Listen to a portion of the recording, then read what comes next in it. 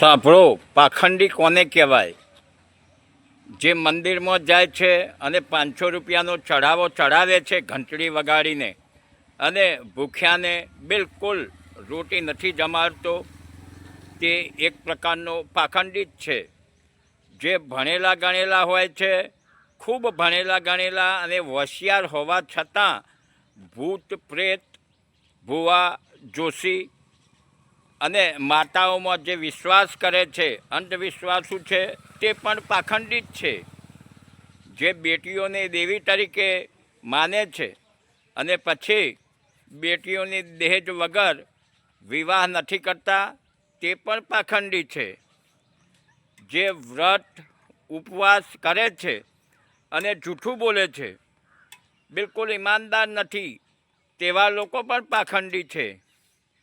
જે મંદિર મસ્જિદમાં જાય છે અને શિક્ષા અને અભ્યાસ પાછળ કે અસ્પતાલો પાછળ જે ખર્ચ નથી કરતા, તે પણ પાખંડી છે. અને જે ધર્મના નામે નફરત ફેલાવે છે ને, અને જેનામાં માણસાઈ નથી, તે સૌથી મોટા પાખંડી છે.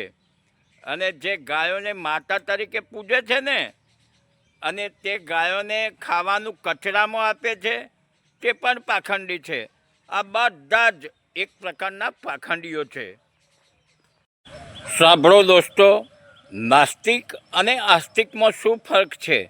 નાસ્તિકો જે છે ને, તે હર હંમેશને માટે માનવતાવાદી હોય છે, તે વિજ્ઞાનમાં માનતા હોય છે.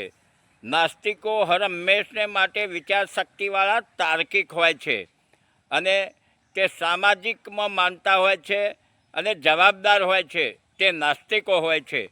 જ્યારે આસ્તિકો છે ને, તે હર હંમેશને માટે કાલ્પનિક ઈશ્વર અને ભગવાનને શોધતા હોય છે, તેમાં માનતા હોય છે.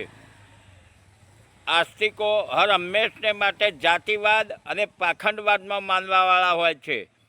અંધવિશ્વાસુ અને ધાર્મિક કટ્ટરવાદમાં માનવાવાળા હોય છે ને, તે બધા આસ્તિકો હોય છે.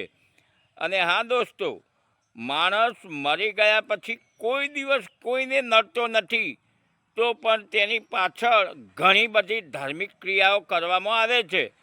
પરંતુ જીવતો માણસ બધાને નડતો હોય છે, તેમ છતાં તેની પાછળ કોઈ ક્રિયા થતી નથી.